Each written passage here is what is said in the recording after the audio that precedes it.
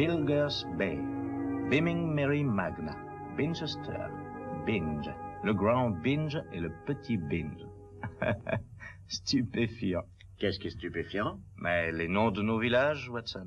Quel est l'étranger qui, en lisant ces noms, pourra jamais dire que nous sommes un peuple sans imagination?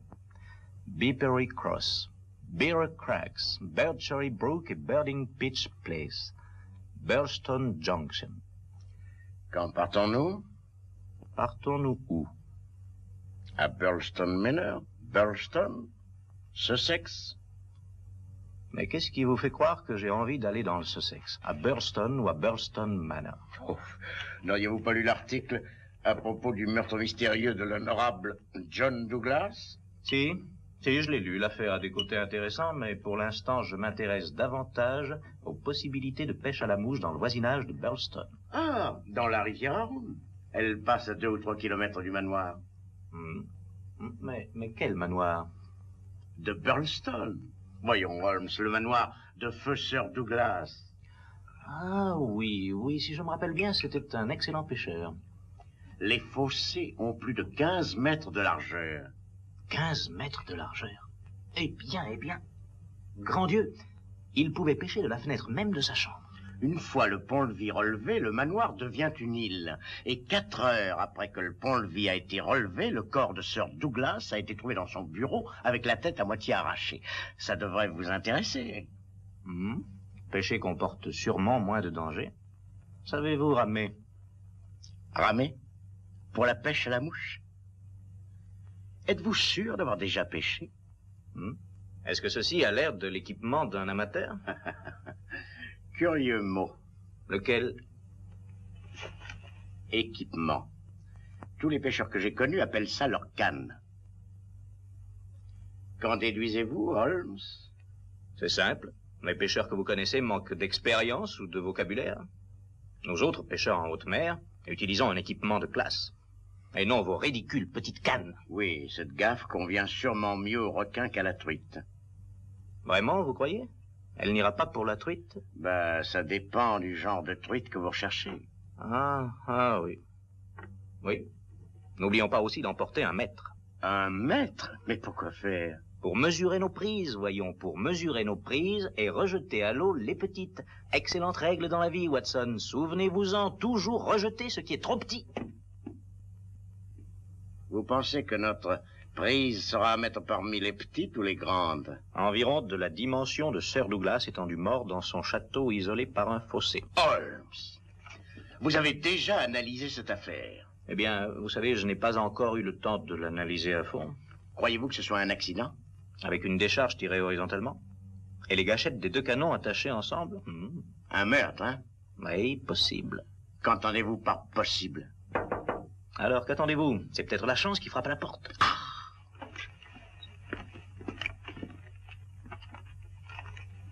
Oui, entrez.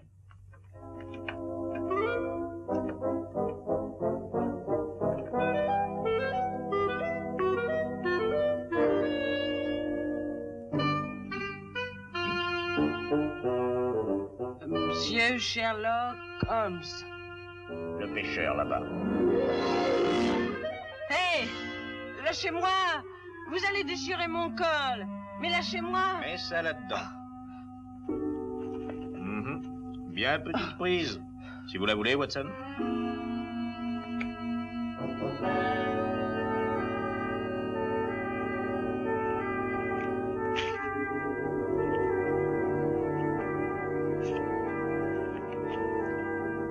Aimerais avoir votre opinion sur affaire bizarre, Burlstone Manoir. Signé, Inspecteur MacLeod. Ah, formule très hypocrite pour m'appeler à son secours. Mais où est-il? Où est quoi? Mais le maître, naturellement. Mais enfin, où est ce maître? Là-bas, sur la boîte à musique, monsieur. Pardon? Mais c'est un violon. Dites-moi, Watson, donnez-moi les heures des trains. Des trains? Oh oui, laissez-moi réfléchir. Burlstone. Oui, voyons, ça doit être le West Sussex Line Dampton Bun Line. Alors, il y a celui de 10h15. Ah non, il s'y arrête pas. Oui, il y a celui de 12h03, qui arrive vers 4h02 ou 4h07. Ça, alors, je n'arrive pas à me le rappeler. Vous ne savez pas si c'est 4h02 ou 4h07, Watson? Vous baissez? Mince alors. Il a les heures de tous les trains dans sa tête? Où pourrait-il les avoir? Nous sommes une nation de bâtisseurs de voies ferrées. Comme tous les grands Anglais qui l'ont précédé, le docteur Watson ne connaît d'autres lectures que la Bible, le Times et avant tout l'indicateur des chemins de fer des îles britanniques. Pense ça. J'avais déjà vu des cinglés, mais jamais comme vous deux.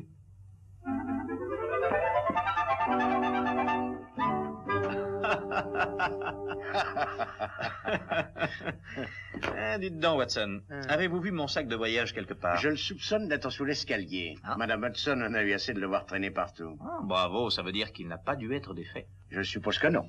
C'est magnifique. Eh bien, alors, tout est prêt. Soyez gentil, Watson, Oui. d'aller le chercher Bon. et de le mettre dans la voiture avec cette canne. Mais, comment, vous ne serez pas là? Non, j'ai quelque chose à lire. Prenez-moi au British Museum, disons, une demi-heure avant le départ du train. Vous exagérez, Holmes. C'est pas le moment de courir les musées. Vous allez manquer le train. Je ne peux répondre de la ponctualité du docteur Watson ou de la confiance qu'on peut accorder aux mécaniciens de la compagnie, mais en ce qui me concerne, moi, je serai à Burleston à 4h02 précise cet après-midi.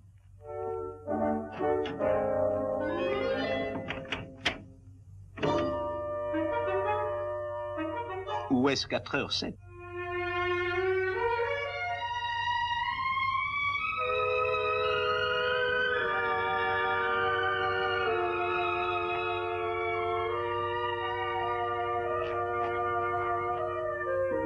L'enquête a été rondement menée sans vouloir me vanter. D'ailleurs, l'affaire tout entière, en fait, reposait sur une toile d'araignée. Une toile d'araignée? Exactement. Ah, mais ça semble intéressant, inspecteur, si vous me racontiez tout depuis le début. Avec plaisir. Le château, comme vous le voyez, est entouré d'un fossé. Et quand le pont-levis est relevé, ce qui était le cas au moment du meurtre, c'est une vraie forteresse. Qui était dans le château au moment du crime? La femme de la victime, Madame Douglas, et un ami, un étranger, John Morel. Rien que deux? Et les domestiques, mais nous avons pu les mettre tous hors de cause. Donc, d'après ce que vous nous dites, le coupable ne peut être que Madame Douglas, ou cet ami, Morel, ou bien les deux. Ils ont essayé de nous faire croire que quelqu'un s'était introduit dans la maison et avait traversé le fossé à la nage après avoir plongé de la fenêtre. Mais vous avez pu prouver que c'était faux. Complètement. Comment? Quand nous serons là-bas, je vous le dirai. Voyons, l'arme du crime est un fusil de chasse, je crois. Oui, un vieux fusil, et de fabrication étrangère, avec 3 lettres sur la crosse. P et N. Et Un grand P aux contours arrondis, suivi d'un E et d'un N plus petit. c'est exact. Il vient de la célèbre fabrique d'armes de Pennsylvanie en Amérique. C'est parfait. C'est tout ce qu'il me faut. Vous voulez dire qu'il vous faut d'autres preuves? Vous savez, monsieur Holmes, chaque détail compte, n'est-ce pas? Alors votre dossier sur Morel n'est pas suffisant? Il est suffisant, à condition que... Comment savez-vous que Morel est le meurtrier? Comment le savez-vous? Ça tombe sous le sens. Pourquoi? Il est le seul coupable possible. Supposons, mon cher, que je vous dise que Morel n'est pas votre meurtrier. Qu'est-ce qui vous le fait croire? Oui, Holmes, qu'est-ce qui vous le fait croire? Pourquoi ne l'avez-vous pas arrêté alors? Eh bien, parce que... il ne se conduit pas comme un meurtrier. Il est trop sûr de lui, c'est ça? C'est ça. Il semble vous défier de l'arrêter. Oui. Comment savez-vous tout ça? Holmes, connaissez-vous ce Morel? Passionnant. Passionnant. L'affaire a soudainement pris des proportions insoupçonnables. Et l'aspect d'un duel très intéressant, Watson.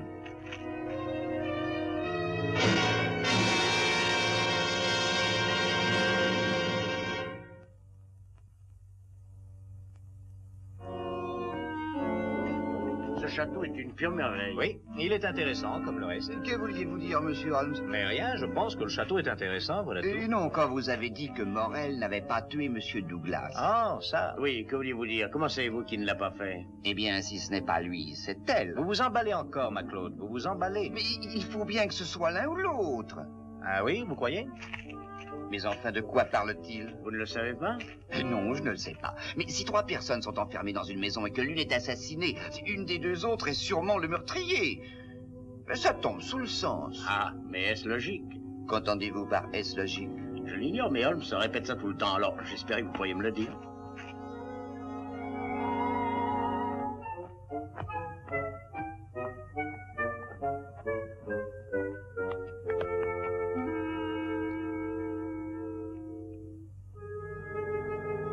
On ne l'a pas déplacé? Il est resté dans la position où nous l'avons trouvé hier soir.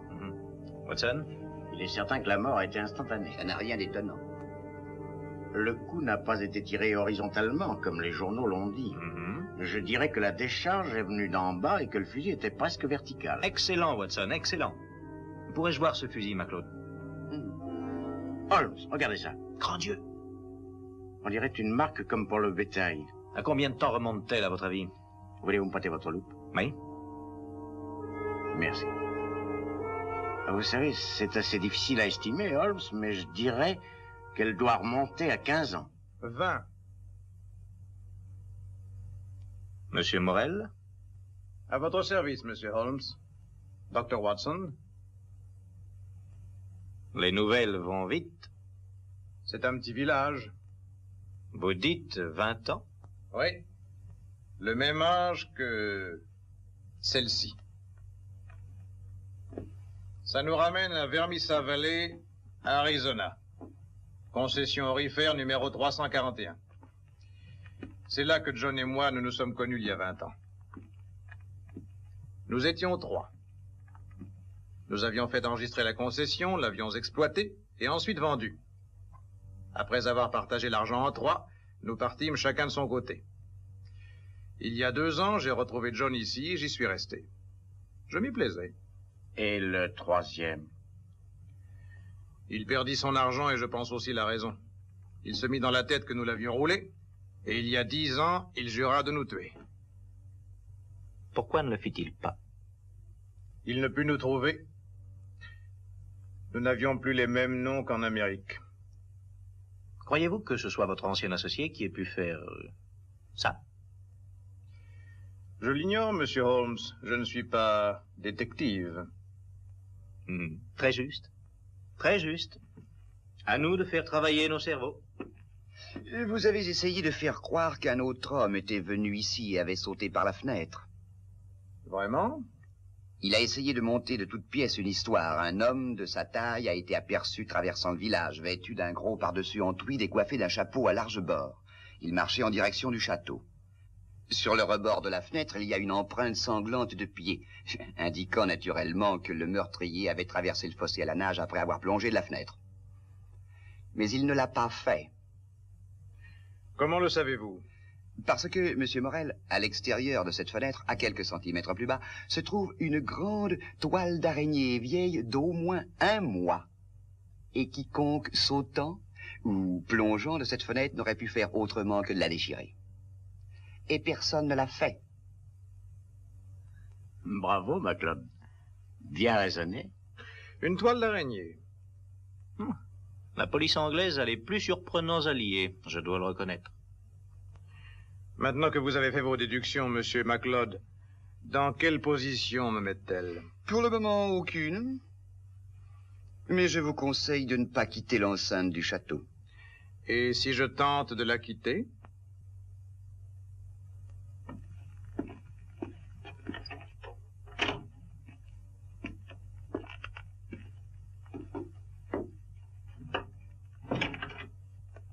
Très beau travail. Vous tenez certainement votre homme. Mais je ne tiens pas à précipiter les choses. Je n'abattrai mon jeu qu'une fois tous les atouts en main.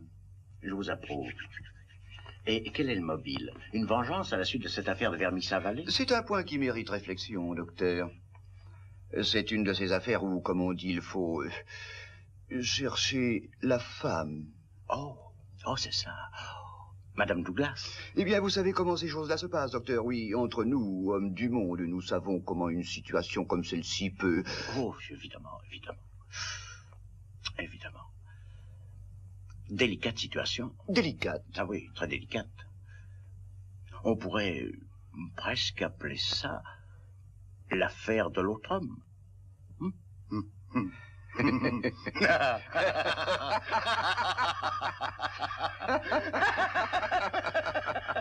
Ou de l'autre altère. Qui? Pas qui, quoi. De quoi? C'est juste quoi. Mais de quoi parlez-vous? De ça. Il n'y a qu'un seul altère. Un seul altère? Mais oui. Alors? Il n'y a qu'un seul altère, Watson. Je le sais, celui qui est là, par terre. Oui, mais où se trouve l'autre? Mais je n'en sais rien, je viens seulement d'arriver. Peut-être que vous le savez. Quelle importance cela a-t-il? Oui, c'est juste, oui, quelle importance cela a-t-il? Peut-être qu'il n'y en avait qu'un, un Albert. Enfin, un Altère. Un seul, Watson? Mais ils vont toujours par deux. Peut-être bien qu'il n'en voulait qu'un. Watson, auriez-vous l'audace de me dire que vous pouvez rester là, au milieu de tous ces trophées d'athlétisme, et essayer de me faire croire qu'un homme pareil n'aurait utilisé qu'un altère? Mais quelle importance cela a-t-il? Oui, quelle importance cela a-t-il? Oui. Eh bien, si vous êtes tous deux convaincus que vous avez résolu l'affaire avec l'aide d'une araignée complaisante, je vais aller pêcher. Vous allez quoi? Oh, il va pêcher. Il a apporté ses cannes. Pourquoi? Pour attraper des poissons. Alors j'en conclus que vous êtes satisfait de mon analyse du crime. Retrouvez l'altère. Qu'il aille au diable! Il n'ira rejoindre le diable que lorsque vous l'aurez trouvé. Qui? L'homme qui a pris cet altère.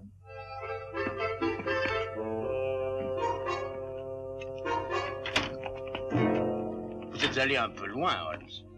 Je crois qu'il est vraiment en colère. Alors qu'il aille à la pêche. C'est excellent pour les nerfs. Allez-vous réellement pêcher? Certainement. Mais où? Du haut de cette fenêtre, le coin semble très confortable. Et que comptez-vous attraper? Un hareng. Un hareng sort.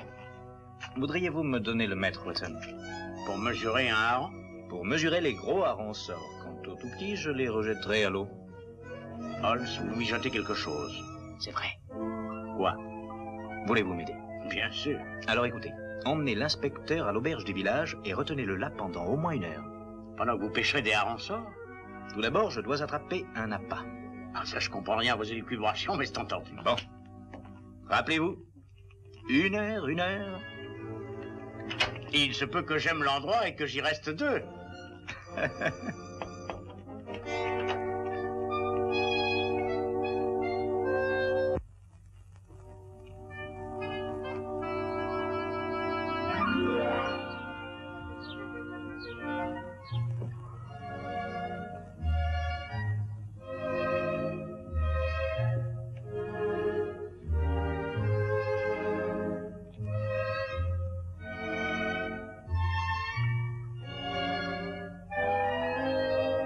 Vraiment bizarre, Sir Holmes. Qu'a-t-il bien pu faire, à votre avis? On ne sait jamais avec lui.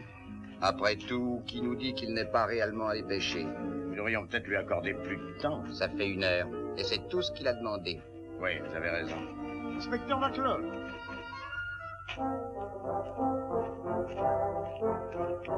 Bonjour, sergent. Avez-vous vu Monsieur Holmes? Ça aurait été difficile de ne pas le voir. Comment ça? Vous connaissez le grand escalier du château. Monsieur Holmes le descendait à cheval sur la rampe. Il faisait quoi? Qu'est-ce que j'ai dit, monsieur? Il descendait à cheval sur la rampe. Eh bien, probablement qu'il faisait des recherches. Probablement. Nous allons le lui demander, il devait sûrement avoir une raison. Bonjour, messieurs.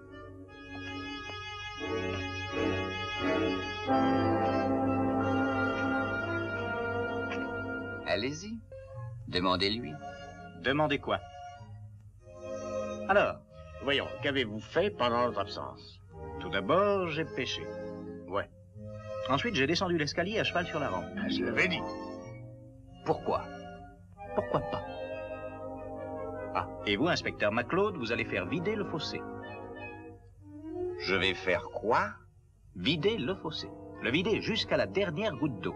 Je ne peux pas, je n'ai pas le matériel nécessaire à ce travail. Puis vous rendez-vous compte que c'est une vraie rivière qui entoure le château? Bien. Bien, dans ce cas, ne le faites pas. Mais laissez croire que vous allez le faire. Oui, et ensuite? Ensuite, nous nous retrouverons tous ici dans 1 heure. Sans doute afin de voir si quelqu'un n'essaie pas de retirer quelque chose du fossé. Exactement. Quoi? Des harengs sorts. Ce type est complètement...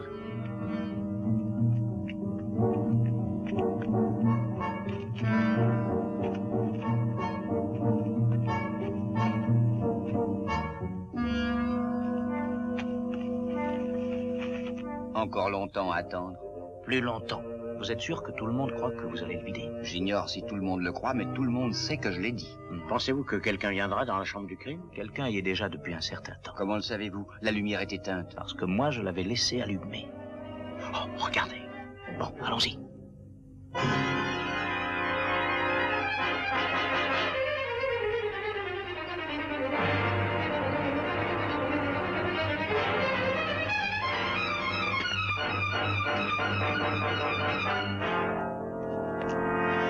Je vous demande pardon, qu'utilisez-vous comme appât?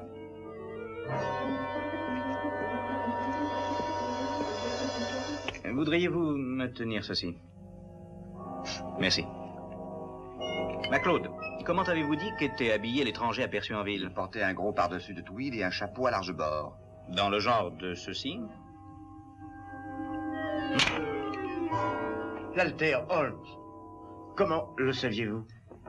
Quand vous travaillez tout près de l'eau, Watson, et qu'un objet assez lourd a disparu, vous pouvez en conclure jusqu'à preuve du contraire qu'il a été employé à empêcher un autre objet de remonter à la surface. C'est fini, Morel. Je vous arrête pour le meurtre de John Douglas. Il est de mon devoir de vous avertir que tout ce que vous pourrez dire sera consigné par écrit et pourra être utilisé contre vous. Non, non, non, Macleod. Ce n'est pas fini. Quoi? Ce gentleman n'a pas tué John Douglas parce que John Douglas n'est pas mort. Il n'est pas quoi? Mort. L'homme dont le corps a été découvert ici est en réalité celui qui était revenu pour... Oh, voyons, c'est facile à comprendre, Macleod. Voulez-vous lui dire, s'il vous plaît? Ces vêtements appartenaient à notre troisième associé. L'homme qui vous a recherché pendant 10 ans. Oui. Nous ayant retrouvés, il est arrivé armé d'un fusil. Lui et John se sont battus et soudain le coup est parti. Cela explique définitivement la trajectoire de la balle. L'un des antagonistes a posé le pied sur le fusil. J'ai entendu la détonation et je suis descendu immédiatement. J'ai chronométré depuis votre chambre. 15 secondes si vous avez couru, 10 secondes si vous vous êtes laissé glisser le long de la rampe. J'ai couru. C'est ce que je pensais. John fut pris de panique quand il vit ce qu'il avait fait.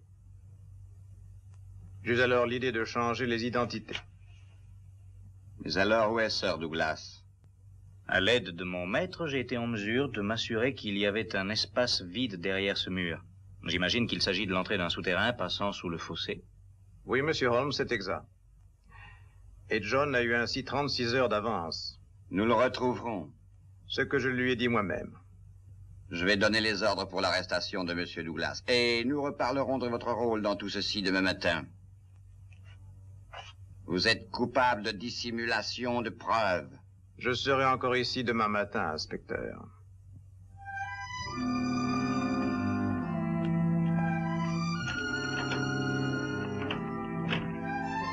Un véritable chef-d'œuvre de déduction, monsieur Holmes. Et une excellente application de psychologie. Je n'ai pas été souvent refait dans ma vie. Tâchez de vous en souvenir la prochaine fois que vous serez mêlé à un meurtre. Et vous allez pouvoir continuer à pêcher tranquillement. Non, pêcher? Non, ça ne m'intéresse pas réellement. Sauf si c'est en haute mer, évidemment. Ah, oui. Oui. Mais étant donné l'absence d'un océan dans les environs immédiats, je crois que nous ferons mieux de retourner à Baker Street. Voyons, il y a le 9h10 ou le 10h23. Le 10h23 est, à mon avis, moins pratique. Ça nous amène à Londres. Merci, monsieur Holmes. Oh, mais de rien.